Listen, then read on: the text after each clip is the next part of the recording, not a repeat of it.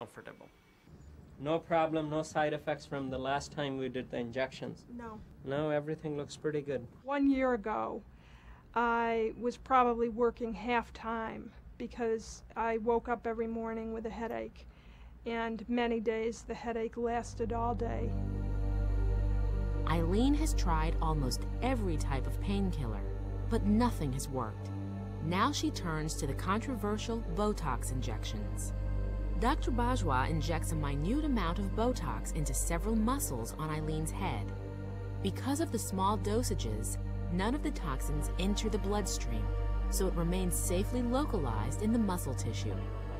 Once in the tissue, the Botox temporarily weakens and sometimes paralyzes spasming muscles by blocking the release of acetylcholine, a neurotransmitter in the brain that signals muscles to contract. When the muscles in the head are able to relax, headaches occur less often. But Botox is not a permanent solution. It lasts only up to 6 months, and repeat injections are necessary. The benefits of Botox were discovered by accident. A decade ago, plastic surgeons began injecting the neurotoxin in the forehead to reduce scowl lines, but patients reported that their headaches also vanished. So many doctors quickly adopted Botox as a preventive treatment for headache sufferers. But not all doctors are in agreement. There are some doctors who strongly believe that this is the best treatment, looking at all other prophylactic treatments. Then there are others who think it's too expensive, too invasive, and that's what makes it controversial. At $500 to $600 per treatment for headache, Botox is pricey and generally not reimbursed by insurers. Several recent scientific studies have also failed to show that Botox prevented migraines effectively. Moreover, the FDA has yet to approve Botox as a headache treatment.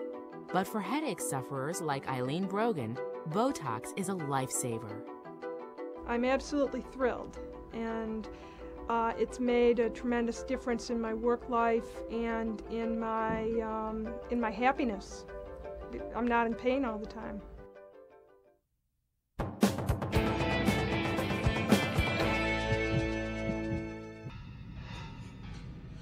It's a pain that is so indescribable, a pain that is so unbearable.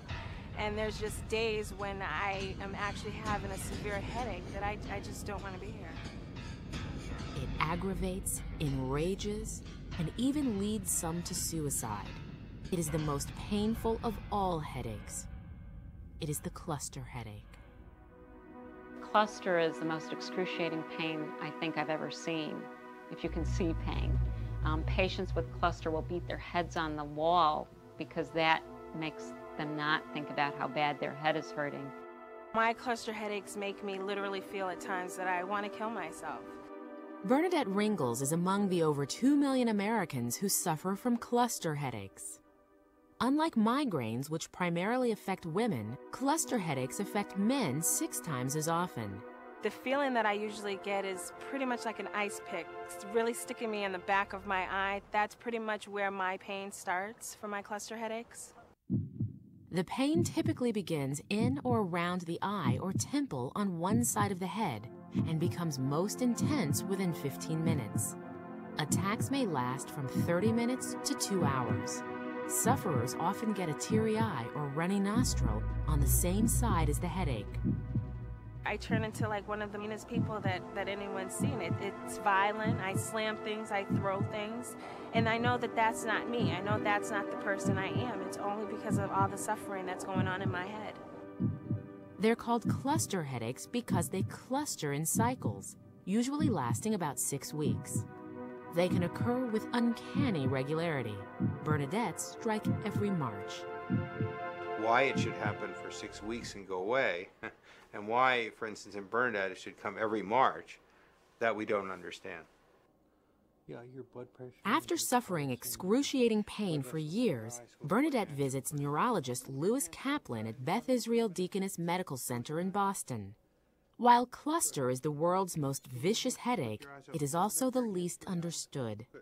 But new research suggests that cluster headaches may originate in a part of the brain involved in regulating our body's natural clock, which may explain the headache's regular pattern.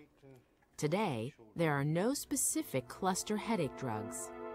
Patients like Bernadette are limited to using painkillers, anti-seizure medication, and migraine drugs like the triptans.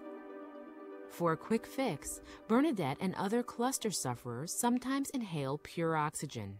This constricts blood vessels, temporarily relieving the pain of the cluster headache. It does take away the pain for that moment, maybe for about a half an hour, but the pain always comes back. Springtime is 6 months away, but in the hopes of preventing her next cluster, Dr. Kaplan is already medicating Bernadette with indomethacin, an effective drug for many cluster sufferers. As springtime approaches, Dr. Kaplan will prescribe an additional arsenal of potent drugs for Bernadette that includes several antidepressants and steroid painkillers, all in the hopes of preventing the next cycle. For now, Bernadette must endure the most painful headaches ever imagined, in a world that doesn't understand just how bad a headache can really be. People do not take my cluster headache seriously, and that is one thing that really upsets me. Knowing exactly the type of pain that I am suffering from, people look at you when you're saying, oh geez, I'm having a headache, I'm having a really bad one. They look at you like, okay, take a couple of aspirin, it'll go away. But it's not that simple. Suffering from a cluster headache, unless you have actually been through it or know exactly what I'm talking about, you can't say that it's just a headache.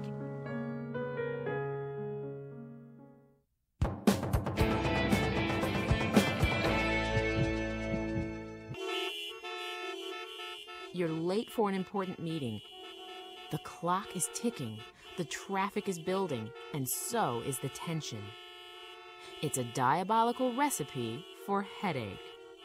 Let's say you're driving in traffic. Every time a car passed you or you got irritated by the traffic jam in front of you, your heart rate may change. Your muscles might tense up, but you're not aware of making them tense. And in the heat of the moment, releasing tension is usually an impossible task. Not anymore. I'm about to experience biofeedback, a scientific relaxation technique that is helping headache sufferers control their body's involuntary responses to stress. Biofeedback is the use of instrumentation to detect physical reactions or activity that your body is having that are not part of your voluntary control or consciousness. They're automatic.